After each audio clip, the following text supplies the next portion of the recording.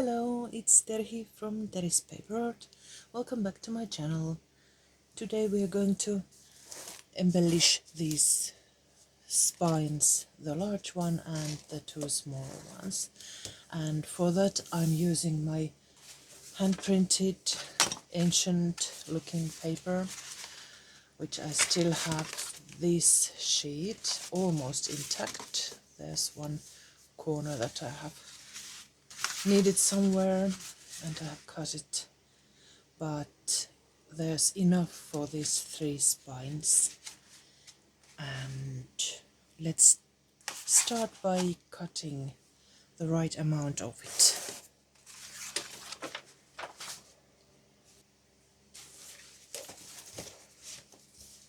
I will mark where it's enough. I'm going to add it on top of everything, so I won't need anything extra, just a little bit to be on the safe side that it's long enough. But I won't be folding it, for example, inside the spine. There, just a few millimeters on both sides. And I marked it with this pencil. And then let's measure. I'm going to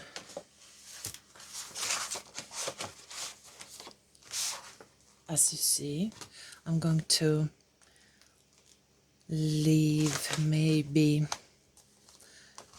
2 or 3 centimeters from the spine to this side, and then the spine and about 2 or 3 centimeters. Let's mark it about here and double check.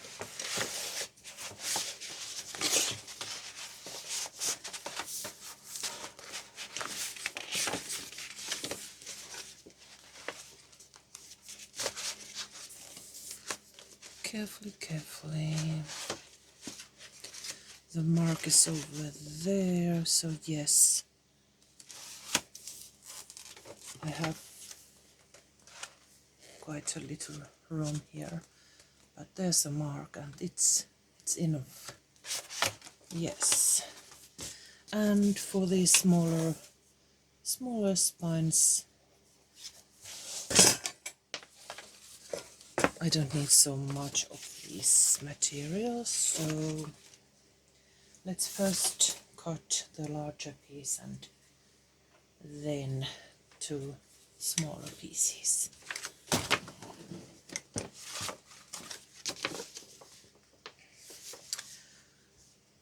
The mark is there. The mark is over there and over there.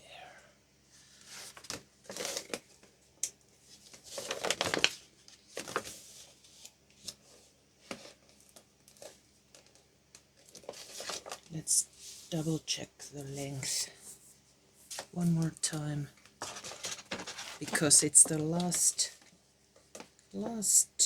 sheet of these. Otherwise I will need to make more and it takes time. So yes, it's okay.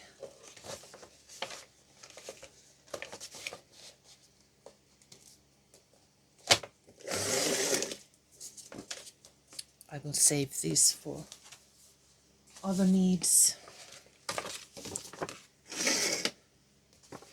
And the other mark was, where did it go? Just a second. There.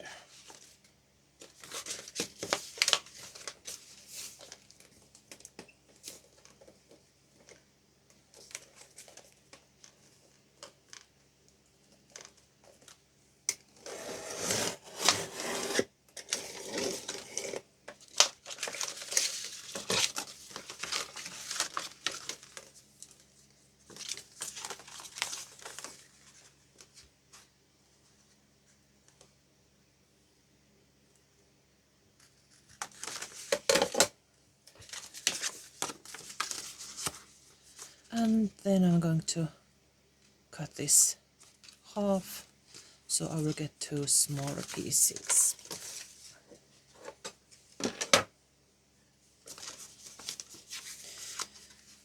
The reason why I want to use this on the spine is that it's flexible and quite strong, and it won't break like, for example, scrapbook paper can easily break if it's turned or worn. If I open the book several times, this fold might break, and it shows the white on the inside of the paper, but this handmade paper is very flexible and strong.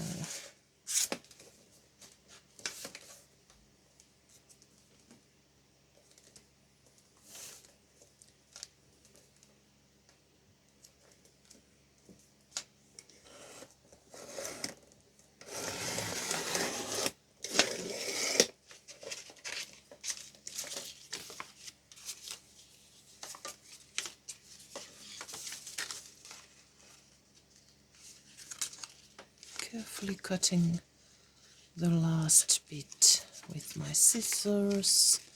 I try to make the cut straight. Yes.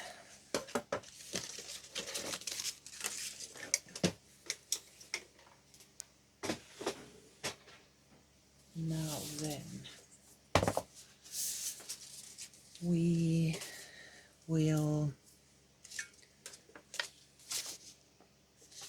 Oh, I need to trim that. There's a little edge, or is it edge in English, or a gap? Either way. Let's trim that, and then I will ink the edges with probably... Let's try this. It's Distress Ink Walnut Stain.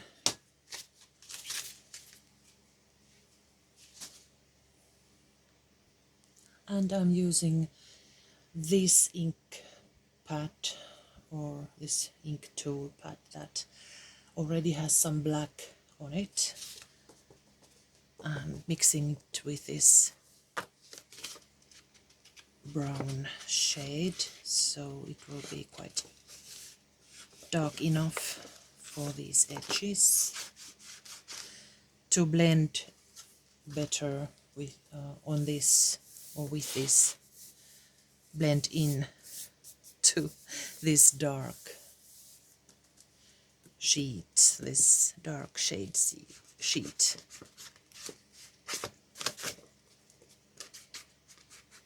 There. And I decided to ink the edges a little bit more.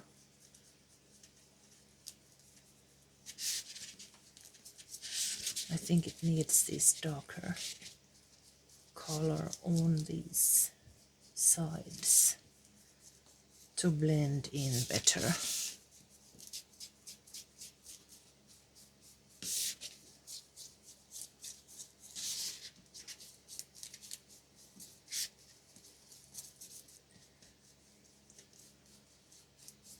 And because this material is sealed with the water-based glue, I might need to seal this layer afterwards, but let's see if it's needed or if it works this way, so that the ink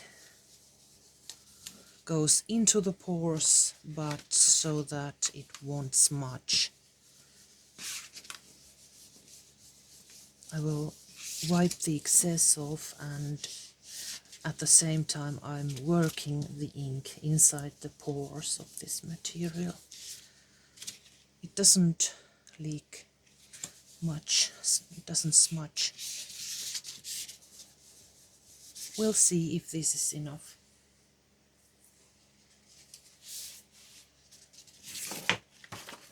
And now, as we have these loose ends, they will be hidden under that spine paper. That was the idea.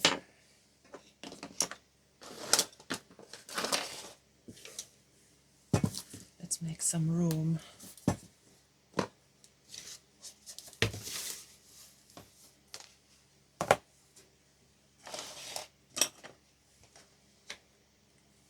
I'm using my strong PVA glue to glue this on.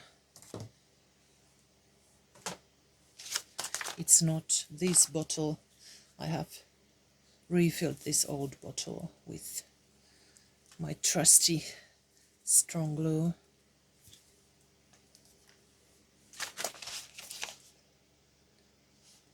And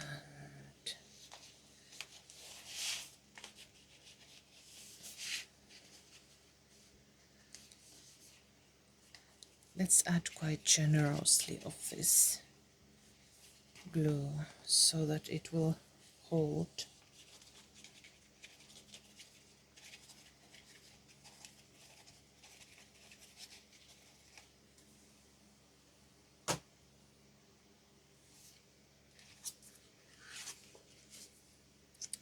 There's probably a little bit too much. I will go and find a brush to work it a little bit.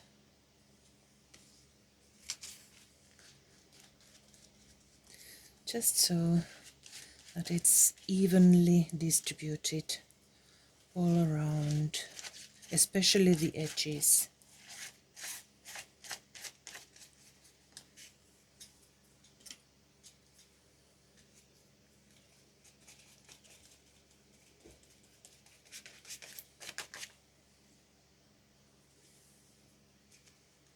And now,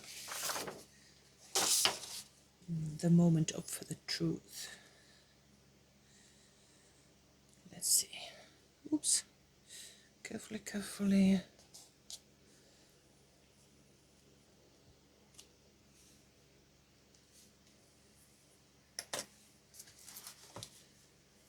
I'm folding the book so that I can, and I'm putting this underneath so that it holds the book like so. Now I can be sure that it's in the center.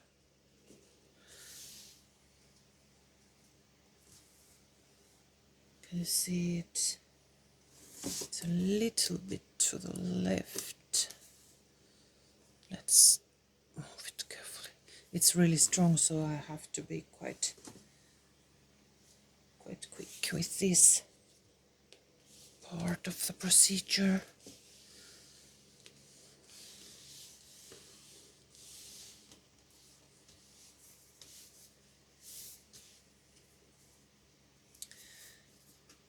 It's probably best to hold it like this so that it won't, what's the word,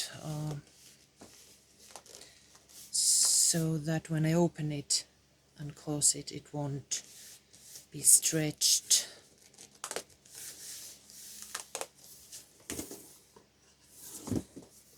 That looks quite good.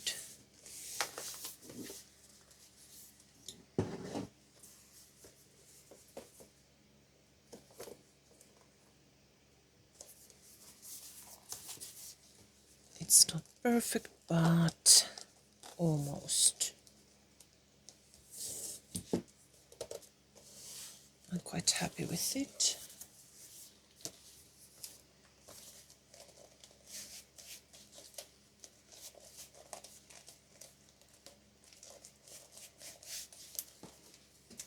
There. And there will still be lots of things on top of this material so that it will be partly hidden under something else.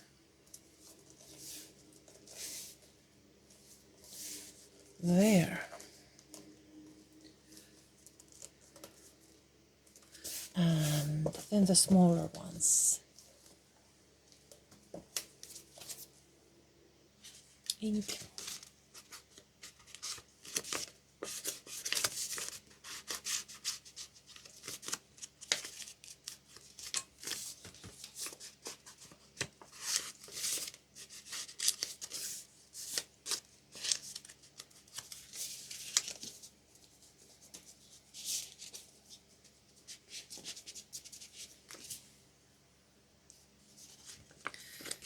I'm folding this so that it's easier to attach.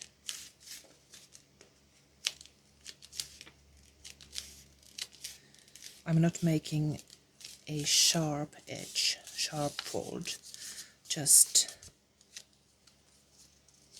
a soft fold.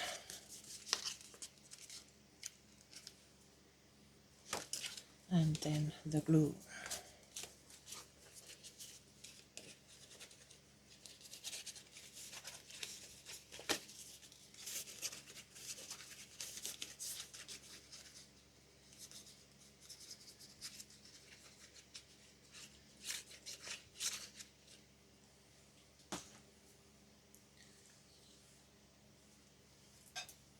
And the brush.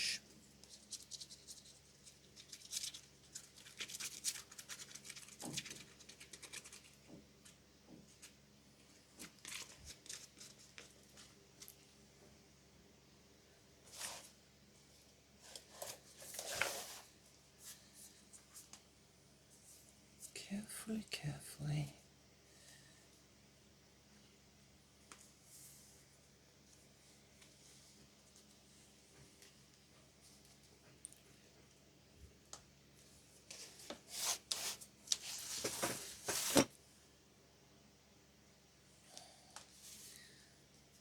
I have to concentrate and not smudge it with the glue all over.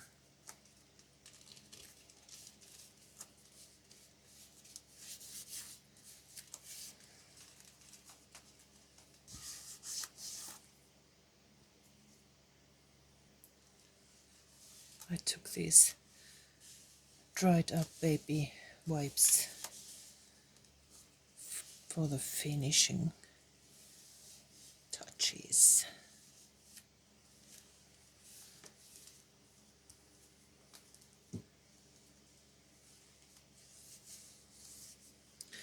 There.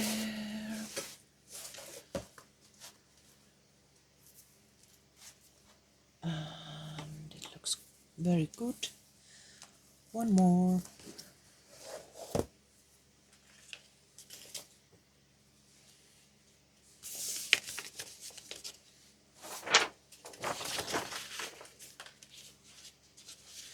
The same thing here. Glue and brush.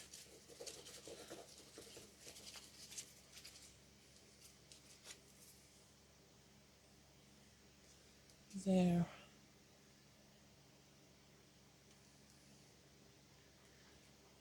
I'm using 2 tweezers because I don't like to get that strong glue on my fingers.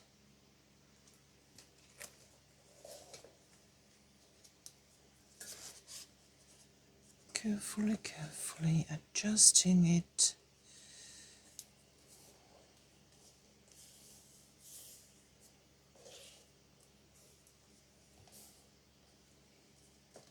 Looking good. Let's turn it. Okay, once again I hit the camera, but one day I will have enough space for the camera too. But it's what it is. A small craft room or craft space.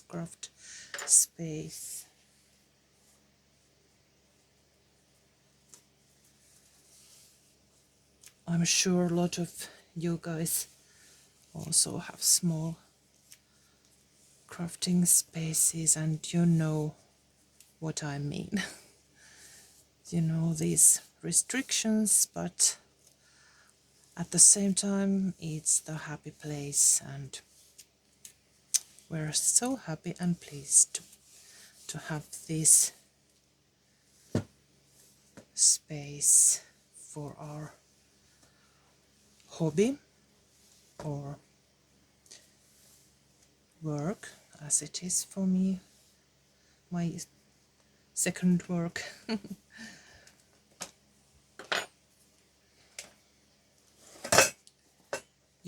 Someday you will be able to see better what I'm doing, but for now I'm trying to move this piece so that you can see. I quite like this outcome. I'm wiping off the excess of glue.